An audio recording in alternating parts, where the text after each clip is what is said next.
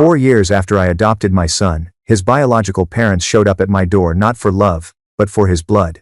What they wanted nearly destroyed us, until the truth came out. 4 years ago, my life changed in ways I could never have imagined. I adopted an 8-year-old boy named Daniel. Back then, I was just a single guy with a steady office job and a quiet routine.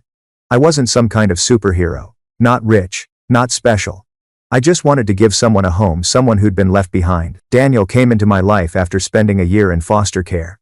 Nobody told me much about why his biological parents gave him up, just that the reasons were complicated. But from the way he flinched at sudden noises, the way he froze when someone raised their voice, I could tell there was pain behind his quiet eyes. He had that nervous energy kids carry when they've learned the world isn't safe.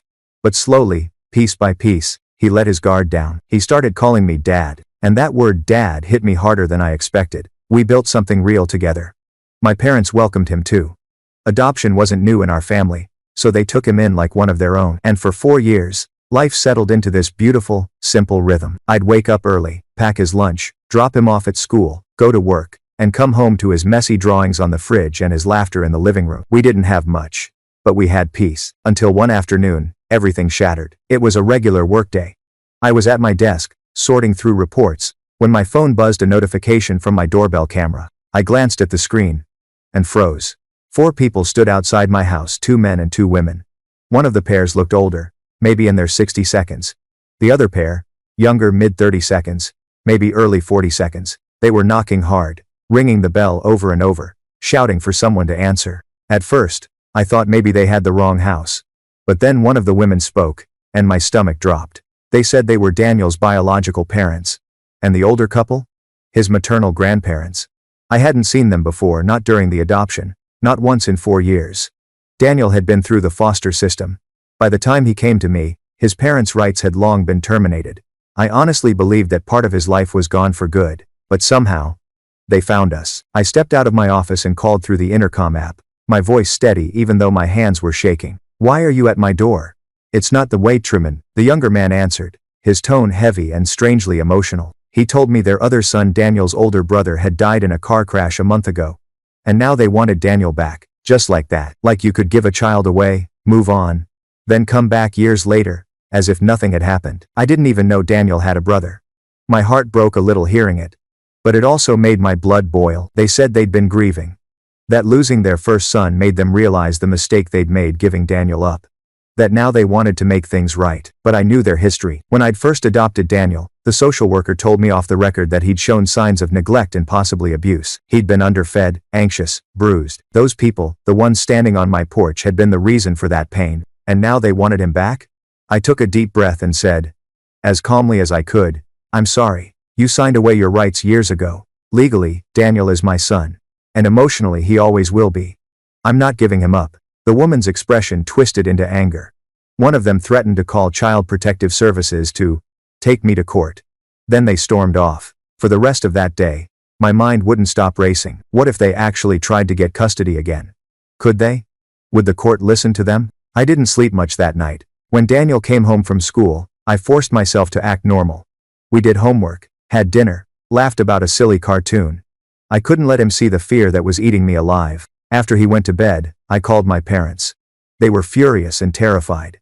My mom said I needed to talk to a lawyer immediately. My dad told me to file a report before those people did. So that's what I did. But still, I couldn't shake the fear of losing him. He wasn't just my son on paper. He was my son in every way that mattered. Weeks passed. Nothing happened. The world seemed to calm down again until one morning, my doorbell camera lit up again. This time, it was an older woman standing alone on the porch. Her face was pale, lined with worry. She said she was Daniel's paternal grandmother. My instinct told me to ignore her. But something in her eyes, fear, maybe guilt, made me open the door. She hesitated, clutching her handbag like it was a shield. Then she said quietly, "Your son's brother isn't dead." The words hit me like a blow. I blinked, trying to make sense of what she'd just said. She went on explaining that Daniel's brother, Vincent, wasn't killed in any car crash. He was alive, but very sick. He had leukemia, and he needed a bone marrow transplant. That's why Daniel's biological parents wanted him back. Not because they missed him, not because they were sorry, because they wanted to use him. The truth burned through me like acid. For a moment, I couldn't speak. I just stood there, watching her face tremble as she told me the rest. She said Vincent had always been the golden child. The favorite. The one who got everything: love, praise, attention. Daniel, meanwhile, was blamed for everything. If Vincent broke something, Daniel was punished. If Vincent cried, Daniel got hit. Eventually, his parents gave up on him completely. They gave him away like an unwanted pet. The maternal grandparents supported that decision, but the paternal ones, the woman now standing in my living room, had been horrified. She told me they'd cut ties with Daniel's parents years ago. They only found out about Daniel's existence after the adoption. And now, years later, his biological parents had come crawling back, not out of love, but desperation. They wanted Daniel tested to see if he could save Vincent's life. I felt sick. This woman, Daniel's grandmother, said she didn't support what her son and daughter-in-law were doing. She'd come to warn me. They might send people, she said quietly. Strangers. Maybe even try to talk to Daniel directly. Be careful. She scribbled her number on a piece of paper. If Daniel ever wants to meet me or his grandpa, we'd love to see him. But please keep him safe. Then she left in her white sedan, disappearing down the street. That night, I told Daniel the truth. He deserved to know. He listened quietly, his hands gripping his blanket. When I finished, his voice was small but certain. I don't want to see them, Dad. They hurt me before. I don't want to help them now. He was talking about his brother, Vincent, and honestly, I couldn't blame him. I told him I'd never force him to do anything, not even to save someone else's life. Especially not after what those people did to him. Daniel nodded, and for the first time in years, I saw something new in his eyes. Not fear, not sadness, but strength. The next morning, I called my lawyer. He filed a cease and desist against Daniel's biological parents. I notified the police, and I made sure Daniel's school was aware of the situation. Then I made another decision, one I hadn't thought I'd have to make. Until things calmed down, Daniel would stay with my parents. They lived right across from his school, and I trusted them completely. My dad even said, if anyone tries to take him, they'll have to go through me first. It wasn't the life I wanted for us, but it was safe. And sometimes, safety has to come before everything else. As I watched Daniel pack his backpack that morning, I realized something. Love isn't just about giving someone a home. It's about protecting that home no matter what comes knocking at the door. For a few days after sending Daniel to my parents' house, I convinced myself things might finally calm down. He was safe there, across from his school, surrounded by people who loved him. But peace never lasts long when people with guilt and desperation are involved. It started with a phone call, an unfamiliar number. A woman's voice, tight, trembling, almost pleading. Please, you have to let us talk to Daniel. I knew immediately who it was. His biological mother. Her voice cracked as she continued. It's not about custody. It's about saving a life. Vincent's condition is getting worse. We don't have much time left. I could hear muffled sobs in the background, probably from Vincent himself. And for a second, I almost felt sympathy. Almost. But then I remembered the bruises on Daniel's arms when I first met him. The way he'd flinched when I raised my hand to adjust his collar. The way he used to whisper, I'm sorry. Even when he hadn't done anything wrong. I swallowed hard. You had your chance to care for him. You didn't. Don't call this number again. Then I hung up. I sat there for a long time after that, staring at my phone, trying to steady my breathing, because even though every part of me wanted to protect Daniel, another part, a smaller, quieter part, kept whispering, what if Vincent really dies? But love isn't about fairness. It's about doing right by the person who trusts you with their heart. And Daniel trusted me. The next week, strange things started happening. First, a man showed up at my workplace, said he was from a family mediation service. He asked to speak about reunification options for Daniel. I told security to escort him out. 2 days later, someone left a letter in my mailbox. No name, no return address. Inside was a single sentence.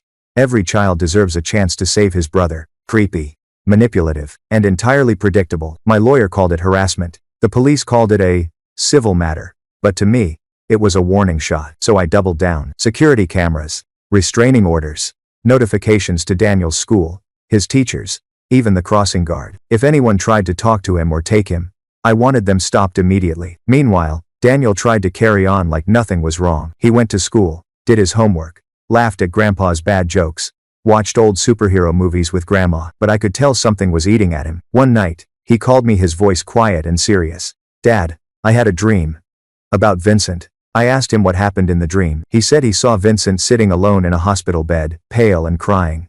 And in the dream, he heard himself say, I forgive you. When he woke up, he was crying too. Then he asked something that tore me in half. If I helped him, would that make me a bad person, or a good one? There was no simple answer. But I knew this. No one had the right to put that kind of weight on an 11-year-old's shoulders. So I told him, it makes you a good person just for asking that question. But you don't owe anyone your pain, Daniel. Not even family by blood. He was quiet for a long time before whispering, "Okay, I don't want to help him. Not after what they did." I didn't argue. He had every right to that decision. A few days later, I got another knock on the door, but this time, it was someone I didn't expect. Kathy, Daniel's paternal grandmother, the same woman who'd come before, warning me about her son. She stood there holding a small photo album. Her hands were shaking. "I wanted to give Daniel these," she said. "Pictures of when he was a baby before things went bad." I let her in. We sat at the kitchen table, flipping through old, faded photos. Daniel as a toddler with messy curls and a missing front tooth, playing with a toy truck. For a moment, it was like looking into another life. Then, Kathy said something that stuck with me. "My son, he wasn't always like this. Before Vincent was born, he was kind. But once that boy came along, something changed. It's like Daniel became invisible." She sighed, eyes glistening. "We begged them not to give him up. But his mother said she couldn't handle 2 children, especially one who reminded her of her own failures. So they just signed the papers." Her voice broke on that last sentence. "Please tell Daniel I'm sorry, for everything. We should have fought harder." I promised I would. That night, I drove over to my parents' house. Daniel was sitting on the couch, reading a comic book. When he saw me, he smiled, that same shy, soft smile that melted my heart every time. "Hey buddy," I said, handing him the photo album. "Your grandma Kathy dropped this off." He opened it carefully, like it was something fragile. There were pictures of him as a baby, ones he'd never seen before. He stared at them for a long time, his fingers tracing the edges. "I don't remember any of this," he murmured. "That's okay," I said. "You've made new memories now, better ones." He smiled again, but then his eyes filled with tears. "Why didn't they want me, Dad? Was I bad?" It hit me like a punch to the gut. I took his hand. "No, Daniel. You weren't bad. They were. You were a good kid in a bad situation, and none of that was your fault." He nodded slowly, wiping his eyes. "Then I don't care about them anymore. I just want to stay here. With you." And I swore to myself right then I would never let anyone take him away again. But even promises like that can be tested. The very next week, a court summons arrived in the mail. Daniel's biological parents had filed a petition not for custody, but for medical access. They wanted a court order, allowing them to test Daniel's bone marrow. My hands trembled as I read it. They were really doing it. My lawyer called within hours. "We'll fight this," he said. "But it's going to be messy. They'll try to paint you as uncooperative." He wasn't wrong. The case exploded online. Someone, probably from the bio family's side, leaked details of the adoption. News outlets picked it up. Suddenly, people were debating in comment sections whether I was a hero or a villain. "Why won't he let the boy save his brother? Wouldn't you want your child to be selfless? He's not even the real dad." Those comments hurt. But what hurt more was knowing Daniel might see them. So I stayed quiet. Didn't post. Didn't respond.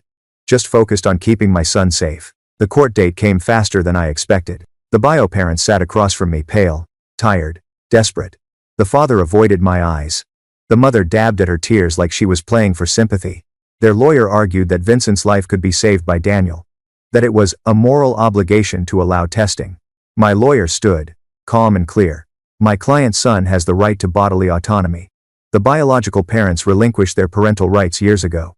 They do not get to use this child as a medical resource." I'll never forget the look on Daniel's biological mother's face. Rage, grief, regret, all tangled together. When the judge ruled in our favor, I exhaled for the first time in weeks. The request was denied. Daniel would not be tested. After the hearing, Kathy found me in the hallway. She hugged me tight. "Thank you," she whispered, "for protecting him, even when we couldn't." Then she handed me a small bracelet, silver, simple. Daniel wore this as a baby.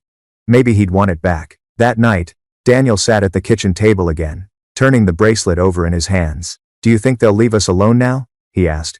"I hope so," I said. "But even if they don't, we'll handle it. Together." He nodded, then slipped the bracelet onto his wrist. "I think I'm ready to see Grandma Kathy," he said quietly. For the first time in weeks, I smiled. Maybe healing doesn't always come from blood. Sometimes, it comes from the people who choose to stay. Thanksgiving came sooner than I expected. The air was cool, the leaves were turning gold, and my parents' house smelled like roasted turkey and cinnamon rolls. Daniel sat at the table, fidgeting with the bracelet his grandmother had given him. His nervous fingers spun it around his wrist again and again. "You sure you want to do this, buddy?" I asked softly. He looked up at me, those brown eyes steady and calm. "Yeah, I want to meet them. Just not them." By them, he meant his paternal grandparents, Kathy, and her husband. Not the biological parents who had caused him so much pain. I nodded. "Okay. Just remember you control this. If you feel uncomfortable, we leave." He gave a little smile. I know, Dad. When Kathy and her husband arrived, they brought a quiet kind of warmth with them, the kind that comes from people who've made peace with their regrets. Kathy was dressed neatly, her silver hair tied back in a bun. Her husband, Charles, wore an old wool coat and carried a small box wrapped in faded blue paper. The moment Daniel saw them, something shifted in the room. It wasn't awkward. Not exactly. Just careful. Kathy's voice trembled. Daniel, sweetheart. You look so much like your grandfather did when he was your age. He smiled shyly, not knowing what to say. Charles stepped forward and placed the small box in front of him. We brought something for you. Your grandmother made it. Inside the box was a hand-knit scarf, soft navy blue, with a little tag that said, "For Daniel." He held it up, and for the first time that day, his eyes lit up. Did you make this yourself? Kathy laughed. Well, I tried. My stitches are a little uneven these days. Daniel wrapped the scarf around his neck, grinning. It's perfect. They're little said. As the day went on, the house filled with laughter, stories, and the kind of noise only family can make. Daniel listened quietly while Kathy told old stories about his father as a boy before the cruelty, before the change. She talked about how he used to rescue stray cats, how he'd spend hours fixing broken toys for neighborhood kids. I don't know what happened to him, she said softly. Something broke inside when he grew up. We should have helped him. We should have tried harder. Daniel didn't say anything, but I could see in his eyes that he was listening. After dinner, when everyone had left the table, he sat beside Kathy on the couch. Grandma, he said hesitantly. Did my dad ever love me? Her hands shook as she reached for his. I think he did, sweetheart. But he didn't know how to show it. He was lost. You were just a reminder of all the things he hated about himself. Daniel blinked slowly, absorbing every word. Then he whispered, I think I can forgive him. But I don't want to see him. Kathy nodded. That's enough. When the day ended, I walked the grandparents to their car. Kathy turned to me before getting in. He's such a good boy. You've done right by him. I smiled faintly. He makes it easy. Still, she said, her voice lowering. I don't think this is over. My son. He's desperate. If Vincent doesn't make it, her words trailed off, but I understood. Desperation makes people dangerous. That night, as I tucked Daniel into bed, he looked at me with that serious expression kids get when they've seen too much for their age. Dad? Yeah, buddy? What if they try to take me again? My chest tightened. They won't, I said firmly. I promise you. You're safe. He hesitated, then whispered, even if I wasn't your real son? I knelt beside his bed, holding his hand. You are my real son, Daniel. Maybe not by blood, but in every way that matters. You don't need to share DNA to be family.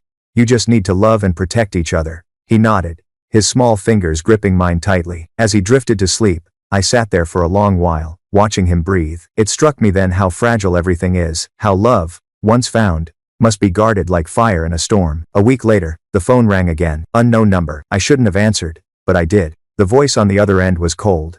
Controlled. You think you can keep him from us forever? It was Daniel's biological father. He's my son, I said evenly. He's our blood. The man snapped. And you think a piece of paper makes you a better parent than us? No. I said quietly. Love does. There was a long silence. Then he laughed bitterly. You'll regret this. You can't protect him forever. The line went dead. That night, I couldn't sleep. Every shadow in the house looked like a threat. Every creak of the floorboards made my heart race. I called my lawyer first thing in the morning. He arranged for a temporary restraining order against both biological parents and reminded me to keep everything documented, every call, every message, every unexpected visitor. Still, anxiety lingered like fog. Even Daniel could sense it. He started sleeping with the lights on again. He'd wake up from nightmares, gasping for air, calling out for me. Dad, they were here. He'd whisper. They were at the door. I'd hold him until he calmed down, whispering that he was safe. But deep down, I wasn't sure anymore. Then came the incident. It was a Friday afternoon. Daniel was walking home from school, crossing the small street that led to my parents' driveway. A car slowed down beside him, a silver SUV. The window rolled down, and a woman's voice called, Daniel, it's Mommy. Get in, sweetheart, let's talk. He froze. Luckily, the crossing guard, Mr. Patel, a retired veteran with eyes like a hawk, noticed the scene and stepped forward. Hey, you can't stop here, he barked, stepping between Daniel and the vehicle. The car sped off immediately. Mr. Patel called my parents, who called me. By the time I reached the school, Daniel was shaking. He didn't cry, he just kept repeating, she tried to take me. The police came, took statements, checked the cameras. The license plate was partially visible, and when they traced it, it led back to the biological father's cousin. Violation of the restraining order. Criminal harassment. Attempted abduction. It was no longer a civil matter. I pressed charges. For the first time since all this began, I saw real consequences taking shape. The police promised increased patrols near my parents' neighborhood, and I installed extra motion sensors around their property. When Daniel asked me that night, "Are they going to jail?" I told him the truth. "Maybe not yet. But they're not going to come near you again." He nodded, then leaned against me. "I'm not scared anymore," he said quietly. "Because you believe me." And I realized that's what parenting really is. Not just feeding or protecting a child, but believing them when no one else will. A few days later, Kathy called again. Her voice sounded weak, weary. "Vincent's in the hospital. It's not looking good." There was a long pause. "I thought you should know. Not because we expect anything but because Daniel deserves to know the truth." That night, I sat Daniel down and told him. He was quiet for a long time. Then he said softly, "I don't hate him anymore. But I don't want to see him either." I nodded. "That's your choice." He looked down at his bracelet, turning it slowly. "I just want it to be over." When I tucked him in later, I thought about how strange life is. How love and pain can come from the same place. I looked at Daniel, my son, not by blood, but by choice. And I whispered to the dark, "You'll never go through this alone again." And for the first time in months, I actually believed it. When Kathy called again the next morning, her voice carried the kind of heaviness that only comes from waiting too long for a miracle. "Vincent's not doing well," she said softly. "The doctors say it could be days." I didn't know what to say. What words could bridge the gap between tragedy and all the hurt that came before it? She continued, her tone trembling. "I don't want you to think I'm asking for anything. I thought Daniel should know. That maybe when he's ready, he'll understand that sometimes people are broken in ways they can't fix." After we hung up, I sat at the kitchen table, staring at my phone. Outside, it was one of those cold mornings where the world feels too still, like even the air is holding its breath. Part of me wanted to drive to the hospital, to see this boy the brother Daniel barely remembered. But I knew I couldn't make that decision for him. This wasn't my closure. It was his. That evening, I drove over to my parents' house. Daniel was in the living room, building something out of Legos, a spaceship, I think. He looked up when I walked in. "Hey Dad," he said casually. I sat down beside him, picking up one of the little plastic pieces. "Grandma," Kathy called. He froze, mid-build. "Is it about Vincent?" I nodded. "Yeah, he's very sick, buddy. The doctors don't think he has much time left." He didn't say anything for a while. He just stared at the half-finished spaceship in his hands. Then, quietly, "Is it bad that I don't feel sad?" I took a deep breath. "No, Daniel. It's not bad. It's honest." He looked up, his eyes serious, too serious for a boy his age. "He hurt me, Dad. When I was little. He used to tell me I didn't belong. That Mom and Dad didn't love me. And they listened to him." His voice broke on the last word. I pulled him close, wrapping my arms around him. "You never have to apologize for protecting yourself. You're allowed to feel exactly how you feel." He nodded slowly, resting his head on my shoulder. "Can we just stay here? I don't want to see him." "Then we won't." 2 days later, Kathy called again. Vincent had passed away that morning. I told Daniel that night. He didn't cry. He just sat there, quiet, like he was listening to the silence between my words. After a few moments, he said softly, "I hope he's not in pain anymore." It was such a simple thing to say, and yet, it carried so much grace. That's when I realized something profound. Daniel didn't just survive what happened to him, he was growing beyond it. The days that followed were strangely calm. The bio parents didn't contact us again. At least not directly. Maybe grief had finally swallowed their anger.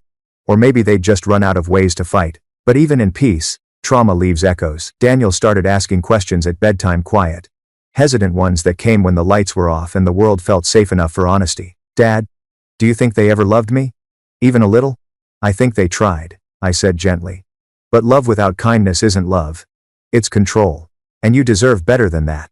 "Do you think Vincent's in heaven?" "If there's a heaven, then yes.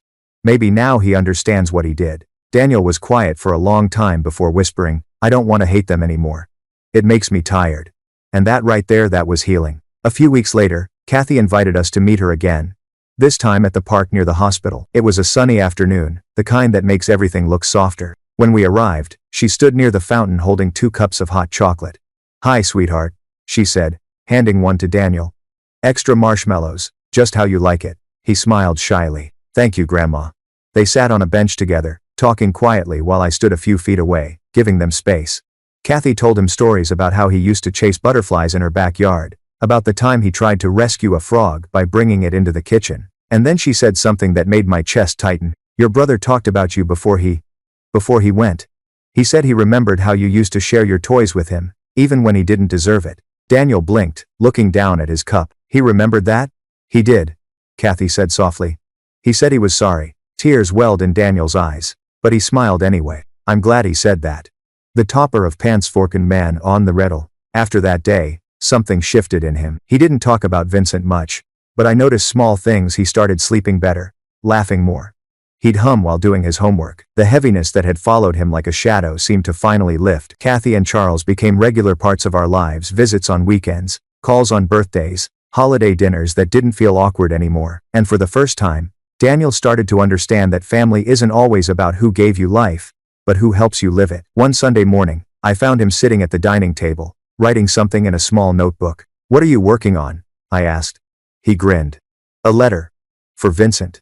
He read it out loud. Dear Vincent, I forgive you. I hope you're okay now. I'm doing good. I have a dad and grandparents who love me. I think you'd like them. Maybe one day I'll see you again. Daniel. My throat tightened. I didn't say a word, just reached out and squeezed his shoulder. Because sometimes, silence is the only language love needs. Months passed. Life went back to normal, or at least, a new kind of normal. I went back to work full time. Daniel started taking piano lessons, something he'd always wanted to try.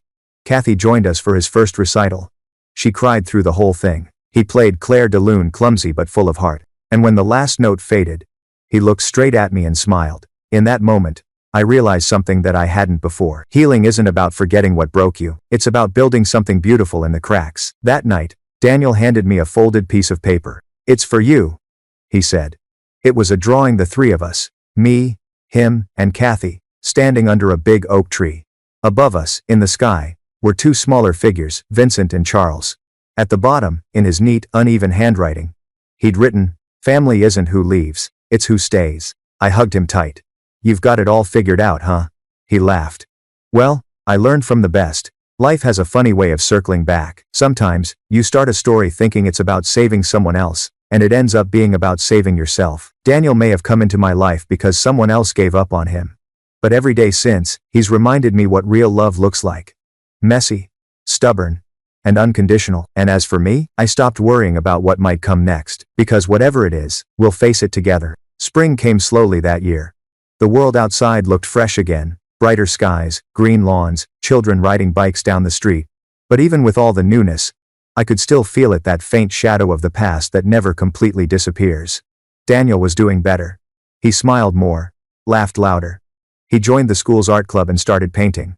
Most of his drawings were of the ocean, calm, endless, peaceful. But sometimes, there were storms. I didn't ask what they meant. Some things, a father just understands without needing to say them out loud. It was one of those quiet Sunday afternoons when Kathy called again. I answered with a smile in my voice. Hey Kathy. How are you doing? Her tone was softer than usual, almost hesitant. There's something you should know, she said. Something I should have told you a long time ago. The way she said it made my stomach tighten. What is it? There was a pause, a deep sigh. Before Daniel's parents gave him up, there were circumstances.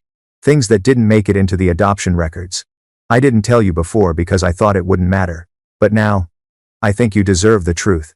That's mein Jongol in Swaj from. Later that afternoon, Kathy came over, carrying a small box, the same one she'd brought Daniel's photos in months before. But this time, she didn't smile when she handed it to me. We sat in the kitchen, the smell of coffee and old wood between us. She opened the box slowly, revealing old documents, folded letters, and one small photograph, a hospital picture of a newborn baby with a tiny wristband that said Daniel Fairman. That's him, she said quietly. The day he was born. I traced the edges of the photo with my fingers, my chest tightening. What happened, Kathy? She took a shaky breath. Daniel wasn't supposed to be born that day. His mother, my daughter-in-law, had an argument with my son. A bad one. She fell, went into early labor. The doctors said it was stress-related. He was born a month premature. My heart dropped. She hurt him? Not directly, Kathy said quickly.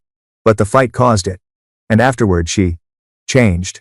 She blamed Daniel for everything that went wrong. For her marriage, for her health, even for Vincent's behavior. She used to say, he was a curse. I clenched my jaw, forcing myself to stay calm. And your son? He didn't stop her. She looked down. He hit Daniel too, sometimes. When things got bad. We begged them to get help. But they wouldn't listen. And when Vincent got sick the first time, leukemia, when he was 4, they used all their savings on treatment. That's when they gave Daniel up. They said they couldn't afford to keep 2 children alive. The words cut through me like ice. So they abandoned him to save their favorite? Kathy's eyes filled with tears. I'm not defending them. But I think they believed they were saving Vincent. They thought Daniel would be fine. They told themselves it was mercy. She looked at me then, eyes red and tired. But mercy doesn't look like that, does it? After Kathy left, I sat there for hours, staring at that newborn photo. It was hard to imagine that fragile little baby growing into the boy I knew, strong, brave, full of life despite everything. When Daniel came home from his art class, he noticed the photo right away. Is that me? He asked, his voice curious. Yeah, I said softly. That's you. The day you were born. He leaned closer, squinting. I looked tiny. You were.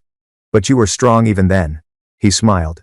Guess I still am. I smiled too, but something in my chest twisted, because while Daniel was learning to heal, I was starting to understand just how deep the scars went, and how much those first few years had shaped him in ways neither of us could see yet. Weeks passed. We settled back into routine school, work, weekends at Kathy's. But one evening, while we were having dinner, Daniel asked something that caught me off guard. Dad, can we visit Vincent's grave? I froze mid-bite. You sure? He nodded. Yeah, I think I should. We went the following Sunday. The cemetery was quiet. Rows of gray stones nestled beneath blooming cherry trees. Kathy and Charles were already there, standing beside a headstone marked Vincent Fairman, beloved son and brother. Daniel held my hand tightly as we walked closer. He didn't cry. He just stared at the grave for a long time, the wind tugging gently at his hair. Then he knelt down, placing a small stone beside the flowers. Hi, Vincent, he said quietly. It's me, Daniel. Kathy wiped at her eyes. I forgive you, Daniel continued. I don't know if you can hear me, but I hope you're okay now. I'm doing good. I've got people who love me. You don't have to worry anymore. He stood up and turned to me. Can we go home now? Yeah, buddy. We can. On the drive back, he stared out the window, quiet and thoughtful. After a while, he said, Dad, I think I used to dream about him. When I was little, I'd see a boy with brown hair who never smiled. I didn't know who he was, but I think it was Vincent. I nodded, keeping my eyes on the road. Maybe it was your way of remembering him. He smiled faintly. Maybe. That night, after Daniel went to bed, I found myself flipping through the old papers Kathy had left behind. One of them caught my eye, a medical report. It was dated the year Daniel was born. The diagnosis: minor cranial trauma, suspected from fall or stress-related delivery. The note below read, patient's mother appeared emotionally unstable. Advised follow-up. No record of return visit. And wider no. This round, I set the paper down slowly, anger burning in my chest. No follow-up, no care, no protection. They'd walked away, and somehow, Daniel had still found a way to live, to laugh, to love. He wasn't a victim anymore. He was proof that kindness can grow even from the worst soil. A week later, something unexpected happened. Daniel brought home a painting from art class, a large canvas of 2 boys standing under a bright sky, holding hands. One of them looked like him. The other, a little older, was smiling. At the bottom he'd written, for Vincent. So you won't be lonely anymore. Kathy cried when she saw it. She said she wanted to hang it in her living room. And for once, the memory of Vincent didn't feel like a wound. It felt like a bridge. That weekend, I sat on the porch, watching Daniel ride his bike down the street. He was laughing, carefree, his scarf flying behind him like a banner. For the first time in years, I let myself believe that maybe, just maybe, we'd made it out of the storm. I knew there would always be questions, and maybe more ghosts from the past waiting to surface. But as long as Daniel kept choosing joy over fear, love over hate, we'd be okay. Because in the end, this story was never about what was taken from him. It was about what he built anyway. By the time summer arrived, the weight of the last few years began to lift, piece by piece. Daniel had finished the school year with good grades, new friends, and even a small ribbon from an art contest. I watched him run across the yard barefoot one evening, the setting sun catching in his hair, and for the first time in years, I didn't feel fear sitting in my chest. But peace has a strange way of luring you into comfort. Just before life reminds you that old ghosts don't stay buried for long. One quiet afternoon, while sorting through paperwork at home, I got an envelope with no return address. Inside was a folded sheet of paper and a small USB drive. The letter read, "You don't know me, but I worked at the hospital where Daniel was born. I don't want any trouble. I just think you should see this. Maybe it will help you understand what really happened back then." My heart started pounding. For a long moment, I just sat there, staring at the USB. Part of me wanted to throw it away to protect the peace we had finally found. But another part of me, the father in me, needed to know. I plugged it into my laptop. A single file appeared. Hospital footage 11/7. The video opened with the sterile hum of a delivery room. The angle was poor, an old security camera recording. There was a woman on the bed, pale and sweating. Her face was twisted in pain. Beside her stood a man, Daniel's biological father. He wasn't holding her hand. He was shouting, "This is your fault," he yelled. "You couldn't even carry a child, right?" The nurse tried to intervene, but he pushed her aside. The doctor barked for him to leave. But the woman, weak and terrified, begged him to stay. Moments later, the sound of a baby's cry filled the room. Daniel. The father didn't move, didn't look. He just turned away, muttering, "Another mistake." The nurse, shaking her head, took the baby to the warmer, cleaning him gently. In the corner of the frame, the mother lay still, not reaching out, not crying, just staring blankly at the ceiling. The video ended there. I sat frozen in front of the screen, my heart pounding so hard I could feel it in my throat. There are moments in life when anger and sorrow blur into something unnameable, something that burns but doesn't break. That was one of those moments. I closed the laptop, pressed my palms against my face, and whispered to myself, he deserved better than that. He always had. That night, I couldn't sleep. I kept thinking about the nurse, the stranger who'd risked everything to send me that file, and about Daniel, born into a storm he never asked for, and somehow still managing to bring light to everyone around him. I didn't tell him about the footage. Some truths don't set you free. Some only reopen wounds that have already scarred over. But I did call Kathy the next day. When I told her what I'd seen, she cried quietly on the phone. "I wish I could say I was surprised," she said. "But I knew it. I just didn't want to believe it. My son. He used to have such a gentle soul." "What happened to him?" I asked. "Pride," she whispered. "And fear. He was always terrified of not being good enough, and he made everyone else pay for that fear." We were silent for a long time before she said, "Promise me one thing. Don't let Daniel grow up carrying that weight. Break the chain, okay?" "I will," I said. And I meant it. Weeks later, Daniel came to me one night while I was working on some reports. He climbed onto the couch beside me, knees tucked to his chest. "Dad?" "Yeah, bud? Do you think people can change?" I looked at him, really looked at him. His hair had grown longer. His face was thinner now, older. He was still just a kid.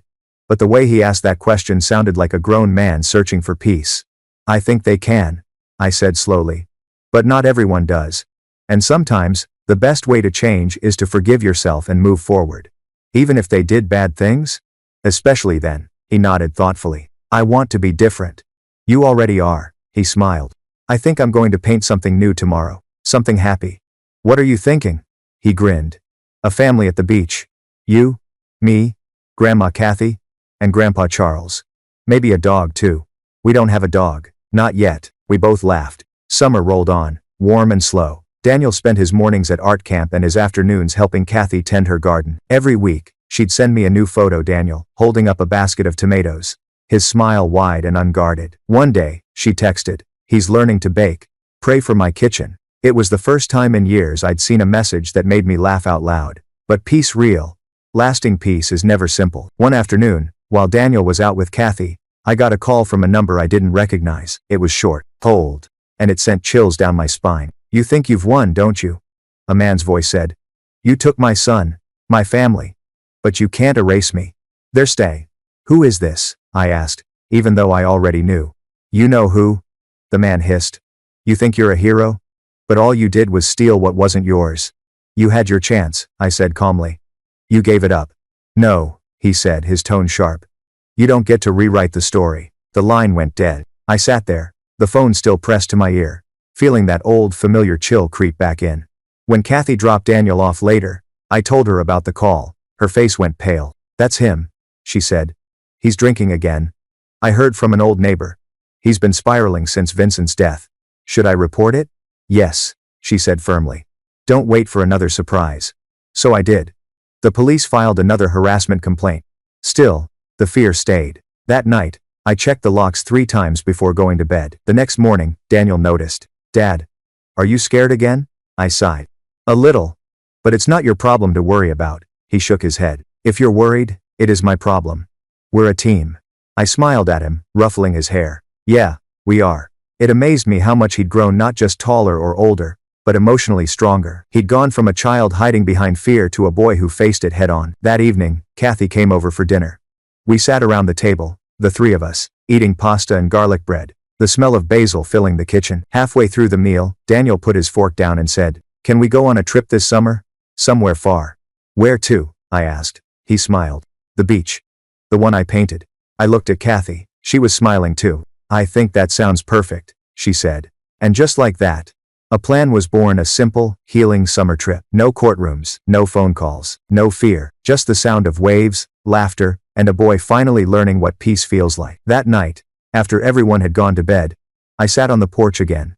The night air thick with the scent of rain. I thought about the beginning, the doorbell notification, the strangers on my porch demanding their son back. How different everything was now. Daniel wasn't the scared little boy I met 4 years ago. He was confident, kind, brave. He had built something new from the wreckage of his past. And maybe, just maybe, so had I. We left for the coast on a Friday morning. The kind of morning that smelled like promise, warm sunlight, open road, and the quiet hum of freedom. Daniel sat in the passenger seat with his backpack full of sketchbooks, his scarf still wrapped around his neck even though it was almost 80 degrees outside. "You really don't need that scarf, buddy," I teased. He grinned. "It's my lucky one." I laughed. "Fair enough. Lucky scarf. Lucky trip." As the city faded behind us, the air grew clearer, saltier.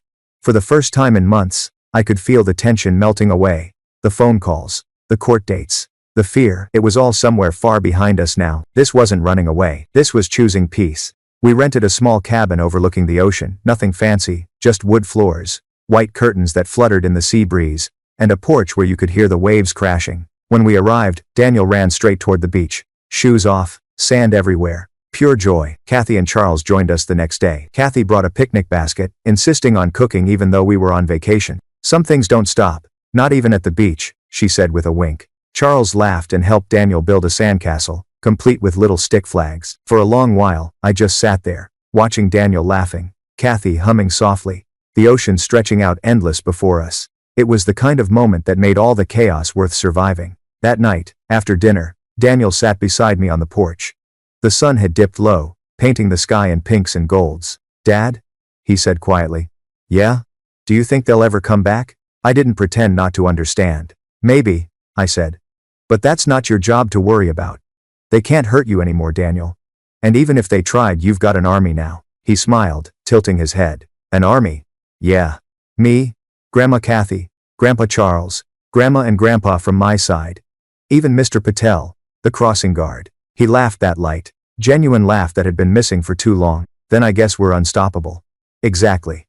The next few days were simple and perfect. We swam in the sea. We ate ice cream until our stomachs hurt. Daniel painted his feet buried in sand, his hair tousled by the wind.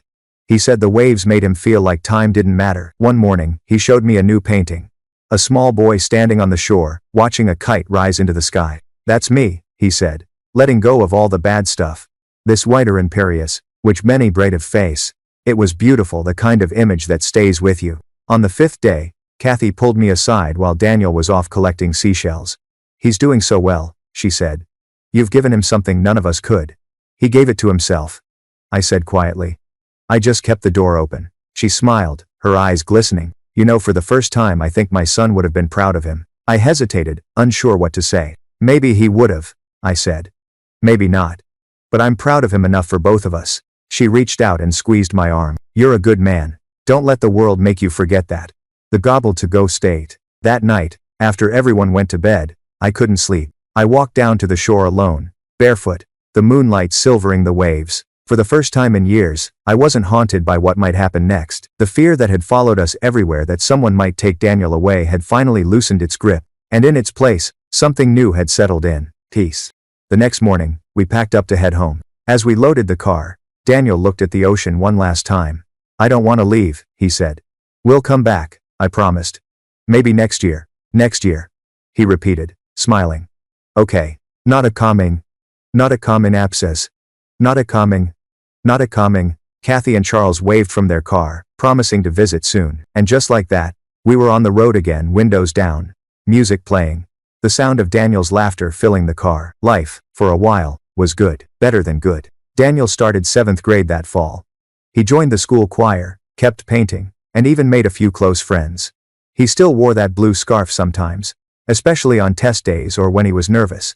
He said it reminded him of the good people. Every so often, Kathy would drop by for dinner. We'd talk about everything and nothing: recipes, gardening, movies. It almost felt like normal life. Until one evening, when an envelope appeared in my mailbox. No return address. No handwriting I recognized. Inside was a photograph. It was of Daniel, taken from a distance, through the school fence. And on the back, a single line written in shaky handwriting. "A father never forgets his son." I stared at the photo for a long time. The sunlight in the image told me it had been taken recently. The message was clear. He was watching. My hands trembled. All the progress, the peace, the healing. It suddenly felt fragile again. But fear wasn't going to win this time. I called the police immediately. They opened a new case and sent officers to patrol near the school. My lawyer was notified. The restraining order was renewed and expanded. Then I did something I hadn't done in a long time. I told Daniel the truth. "Someone took a picture of you," I said carefully. "We don't know who yet, but the police are helping." His eyes widened, but instead of fear, I saw determination. "It's him, isn't it?" "We don't know for sure." He nodded slowly. "I'm not scared anymore, Dad.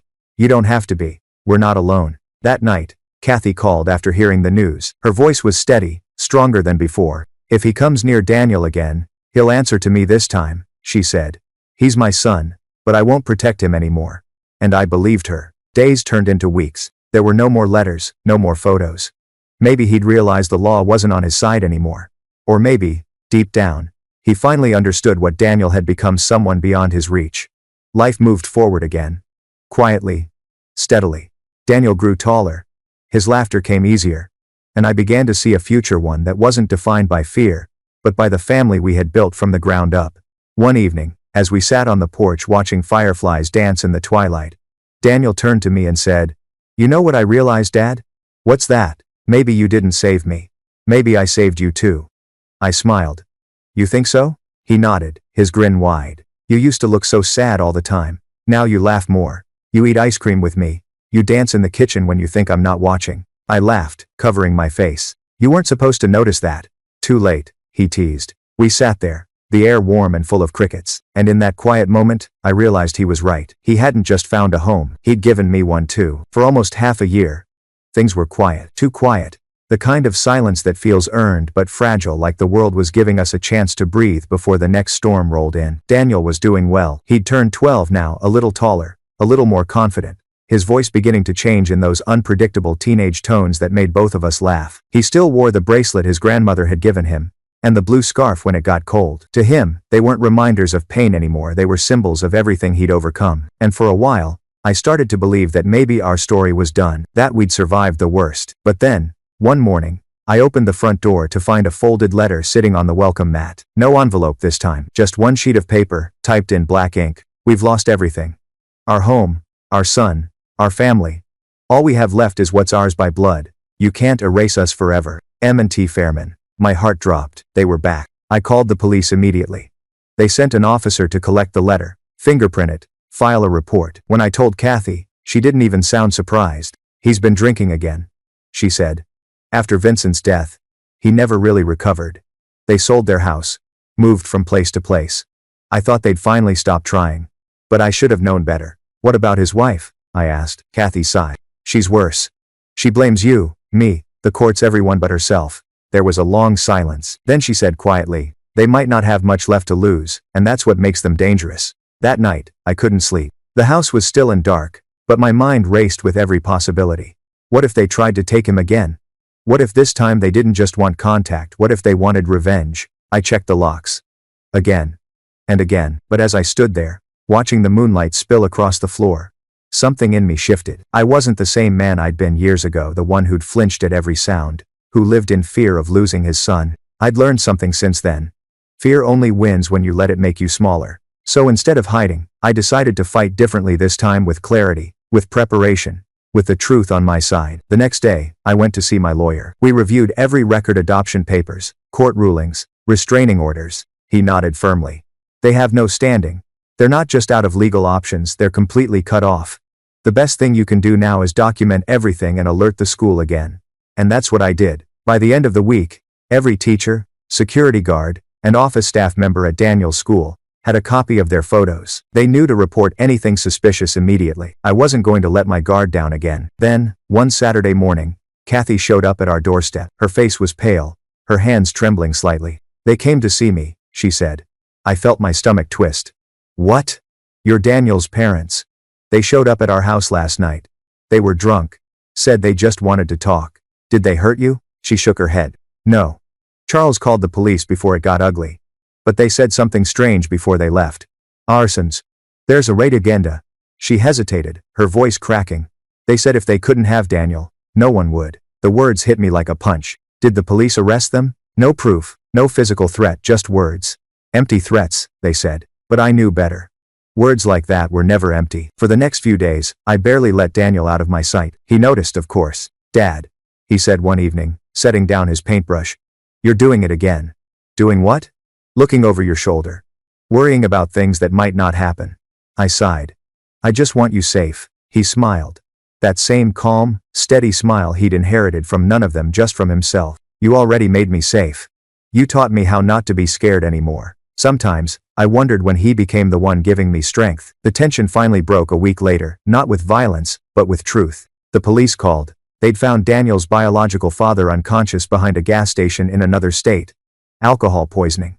He was in critical condition. The mother, they said, was gone.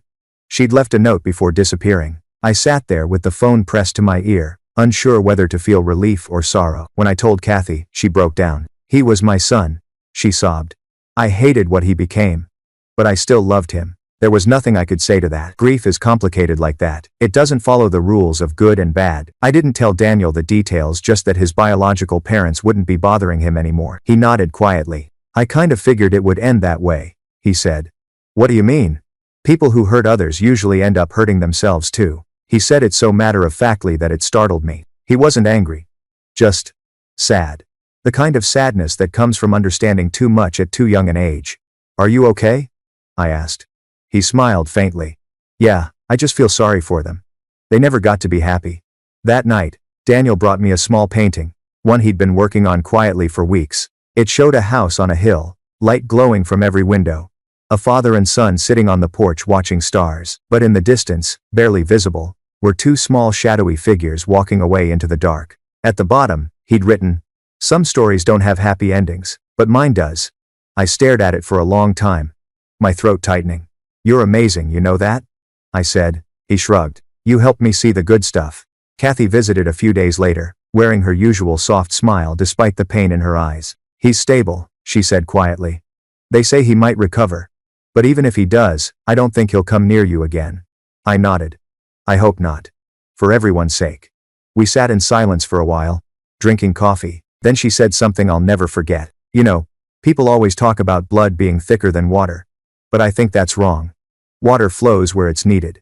Blood just stays where it's spilled. I looked at her, then at Daniel sitting on the porch steps, sketching in his notebook. You're right, I said softly.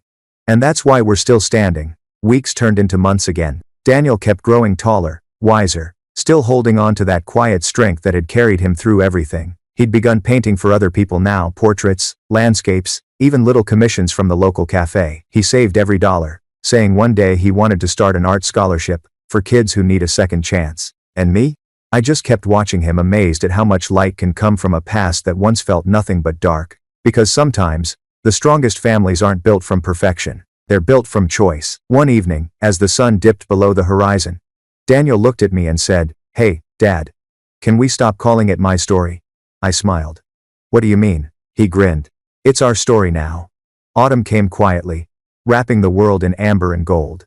The mornings grew crisp, and the air smelled like rain and leaves. For once, the rhythm of our days felt normal. No more police calls. No more shadows waiting outside our window. Just life, quiet, simple, steady. Daniel was 13 now. Taller, more thoughtful. His voice had deepened, but he still laughed like a kid sometimes, that open, unguarded sound that filled the house. He'd started volunteering at the community center, helping younger kids with art projects. Every Friday, he'd come home with paint on his hands and stories about the kids he helped. Dad, you should see Maya's drawings. She's only 7, but she paints skies like she's seen every sunset in the world. I loved listening to him talk like that. Excited, passionate, unafraid. Because once upon a time, that same boy had barely spoken above a whisper. One evening in October, I was setting the table for dinner when Daniel walked in. His backpack slung over one shoulder and a letter in his hand. This came for me, he said, frowning. It was in the mailbox at school. My heart skipped. We hadn't gotten unexpected mail in months. I took the envelope carefully, no return address, just his name scrawled across the front in uneven handwriting. I looked at him. You want me to open it? He nodded. Inside was a single sheet of paper. Typed, just like before. To Daniel, I don't expect forgiveness. I don't even expect you to read this. I'm in treatment now. The doctors say I might get better, but I don't know if I want to. I just need you to know you didn't deserve what we did. None of it. If I could take it back, I would. Be happy. That's all I ever wanted for you, even when I was too broken to show it. T. Daniel stared at the letter for a long time, saying nothing. Then he folded it up and slid it back into the envelope. Do you believe her? I asked softly.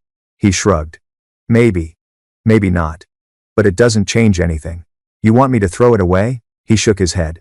No. I'll keep it.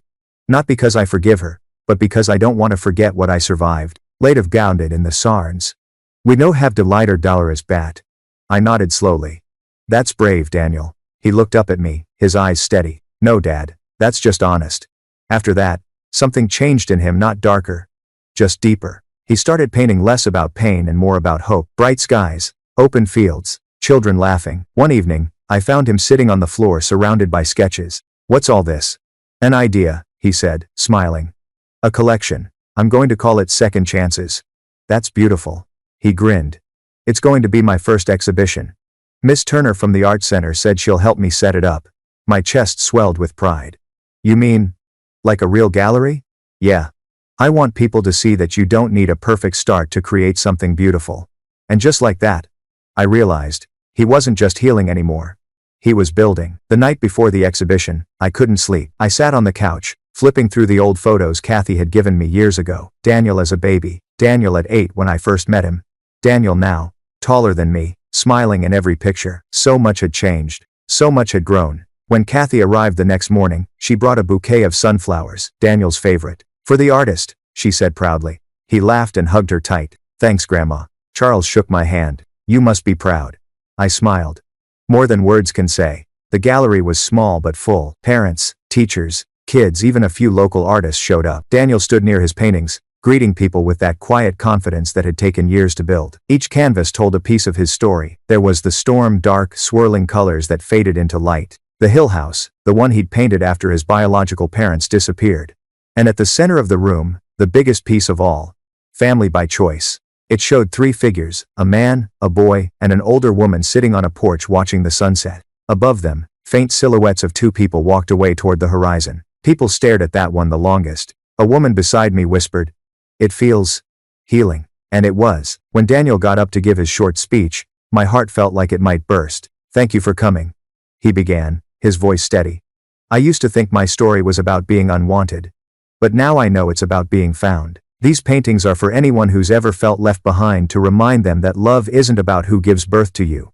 It's about who stays." The room fell silent. Kathy cried openly. Charles clapped first, and then everyone else followed. When Daniel looked at me across the room, I mouthed, "I'm proud of you." He smiled and mouthed back, "I know." After the show, people came up to congratulate him. One man asked if he'd ever consider selling prints. Another offered to feature him in a local magazine. Daniel handled it all. Gracefully. Kind. Humble. Grateful. On the drive home, he leaned his head against the window and said quietly, "You think they'd be proud?" "Who?" "All of them. Even the ones who left." I hesitated. "Maybe. But that doesn't matter, Daniel. The ones who stayed are proud enough for everyone." He smiled, watching the streetlights blur past. "Yeah. I think so too." That was gray day walking teal. That night, Kathy called again. "He's asleep?" she asked. Finally. "He's exhausted. He was wonderful today," she said softly. "You've both come so far." I leaned back in my chair, looking at one of his paintings hanging on the wall, the one of the house with the porch light glowing in the dark. "Yeah," I said. "We really have." There was a pause on the line. Then Kathy said quietly, "You know, I think Vincent would have loved his work too." For the first time, I didn't feel that old sting of sadness. Instead, I smiled. Maybe he already does. The next morning, I found a note on Daniel's desk. It read, "Dad, I don't remember everything from when I was little, but I remember this: you showed up. That's what saved me. I love you.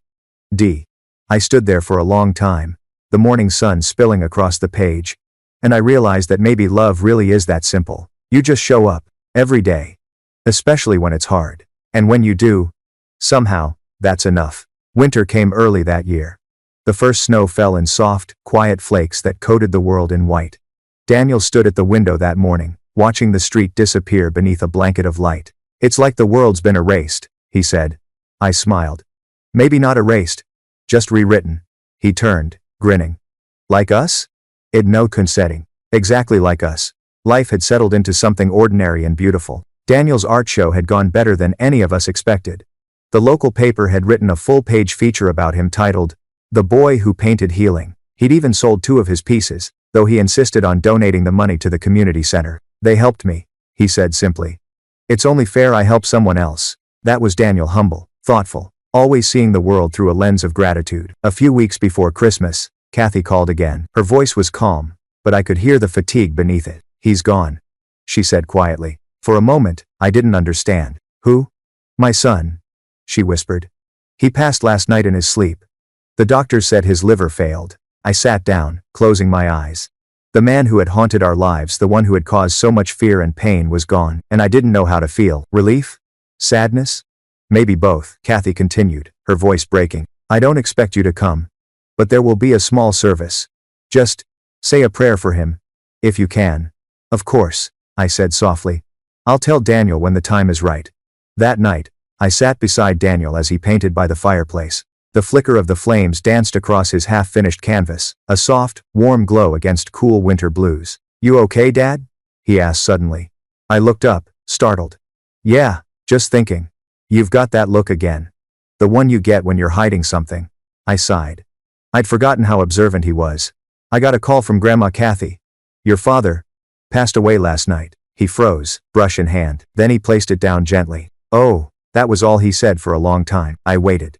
Finally, he asked quietly, was he alone? I think so. Daniel nodded slowly, staring at the fire. That's sad. It is. But I'm not angry, he said softly. Not anymore. And this is in no prive that we came. And this is a no prive that we came subscribe. He turned to me, his eyes calm and steady. He taught me what not to be. You taught me what to be instead. So, I guess I still learned something from him. I felt a lump rise in my throat. He didn't cry. Neither did I. It wasn't grief anymore. It was release. We attended the service not because we had to, but because Daniel wanted to. The church was nearly empty. Only Kathy, Charles, a few distant relatives, and us. When it came time to speak, Daniel surprised everyone by standing up. He walked to the front, his hands steady, his voice clear. My dad wasn't perfect, he said. He hurt people, and I used to hate him for that, but now I think he was just lost. Maybe he wanted to be better, but didn't know how. I'm not here to forgive everything he did, but I am here to say, I understand. He paused, looking at the small urn on the altar. Goodbye, Dad. I hope you find peace. Then he sat back down, and Kathy took his hand. She was crying, but there was pride in her eyes too. After the service, we went back to Kathy's house for tea. The living room was filled with old photos, Vincent as a baby, Daniel as a toddler. Even their father's smiling and younger, happier days. Daniel wandered around quietly, looking at everything. Finally, he stopped at one photo, one of him as a newborn, held by Kathy, while his father stood beside her, smiling faintly. He looks normal, Daniel said softly. He was, once, Kathy replied. Life changed him. But for a moment, he loved you, Daniel. I saw it. Daniel didn't answer. He just nodded, as if that was enough. That night, on the drive home, Daniel was quiet. The snow fell steadily, painting everything in white again. After a while, he said, Dad, do you think people ever really disappear? What do you mean? Like, when they die? Or when they leave? Do they stop being part of us? I thought for a moment. I don't think they disappear. I think they just become lessons. Or memories. Or sometimes, warnings.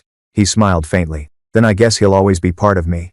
The part that made me want to be better. I reached over and squeezed his shoulder. You already are better, Daniel. You always were. That Christmas, Daniel gave me a gift I'll never forget. It was a small, framed painting, a recreation of one of his earlier pieces. Family by choice. But this time, he'd added something new. Above the 3 of us, him, me and Kathy, there were now 4 figures in the sky. 2 of them were faint, almost transparent, standing side by side, smiling down. At the bottom he'd written, everyone belongs somewhere. Even the broken ones.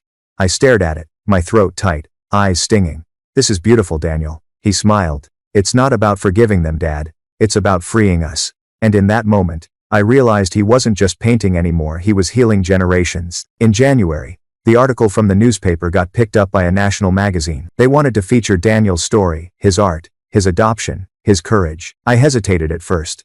The last thing I wanted was to drag him back into public attention, especially after everything. But when I asked him, he just grinned. If it helps someone else like me, then yeah, let's do it. The interview went live in February. The headline read, "From Abandoned to Artist, How a Boy Found His Voice Through Love." The story spread fast. Letters started arriving from all over, other adoptees, foster parents, teachers. One woman wrote, "I showed your story to my son. He said maybe we can start again too." Daniel read every single one, eyes wide with disbelief. "Dad, they're listening." "They are," I said. "And you're giving them hope."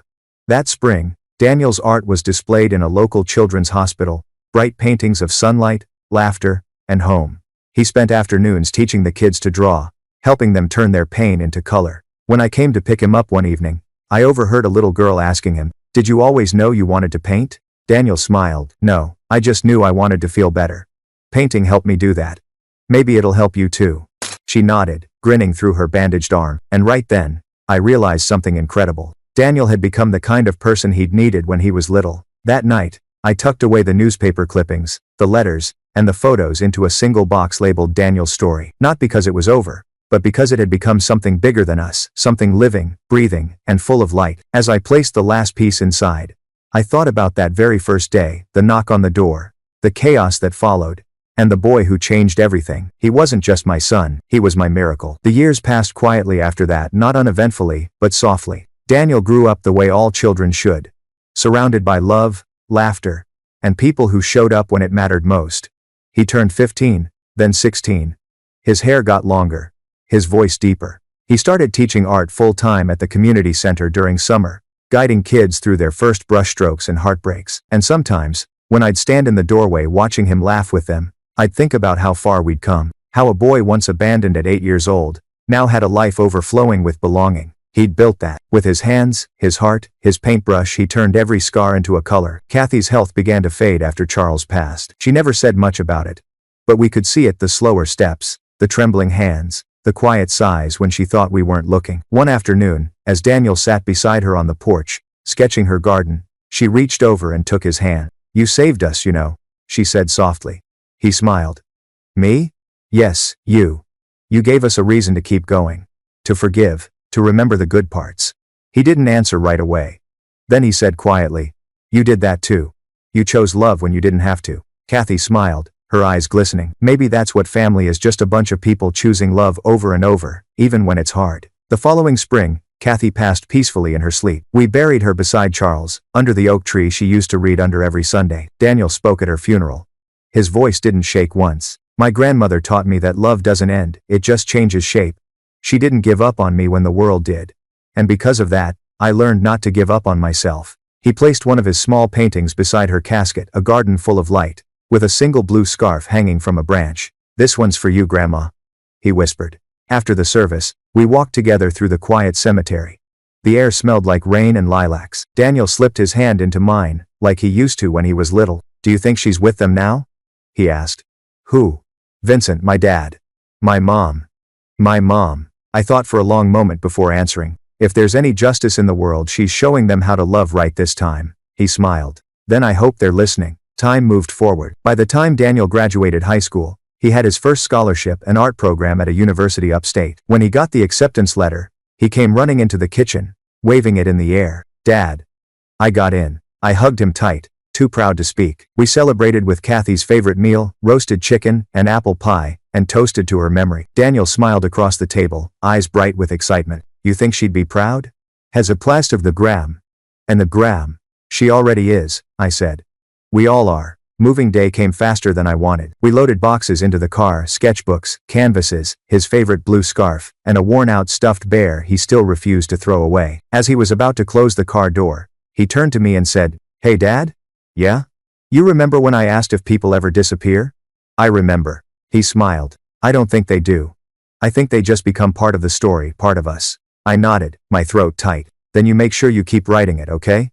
"I will." He hugged me, then, the kind of hug that holds years inside it. And when he finally pulled away, he whispered, "Thank you for finding me." I watched his car disappear down the street, sunlight catching the bracelet still glinting on his wrist. The house felt quiet after he left, too quiet. But it wasn't empty. Every wall held echoes of laughter. Every corner had traces of his art. I found myself going through the old box again, Daniel's story. Inside were the letters, the court documents, the news clippings, and one small drawing from when he was 10, a stick figure holding hands with another under a bright Sunday.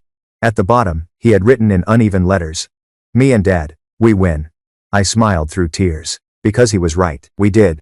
Years later, Daniel became what he once dreamed of, being an artist, a teacher, a storyteller. His exhibitions were about more than beauty. They were about resilience. About how the broken can still become something breathtaking. One of his most famous series was called Roots of Kindness. Each painting showed families that didn't look the same: adopted kids, foster parents, widows, step-siblings, grandparents, raising grandchildren, and in every piece, hidden somewhere in the corner, was a blue scarf. When asked about it in an interview, Daniel said, "It's a reminder that love doesn't come from blood. It comes from showing up. Every day. Even when it's hard." Now, years later, I sit on the same porch, where so much of our life unfolded. The porch where Kathy once smiled, where Daniel once painted, where I first promised to protect him no matter what. The sky above is full of stars. And for a moment, I swear I can hear her voice again. "You saved us, you know." Maybe she was right. Or maybe we all saved each other. Because in the end, family isn't about where you start. It's about who stays to finish the story with you. And ours, it's still being written.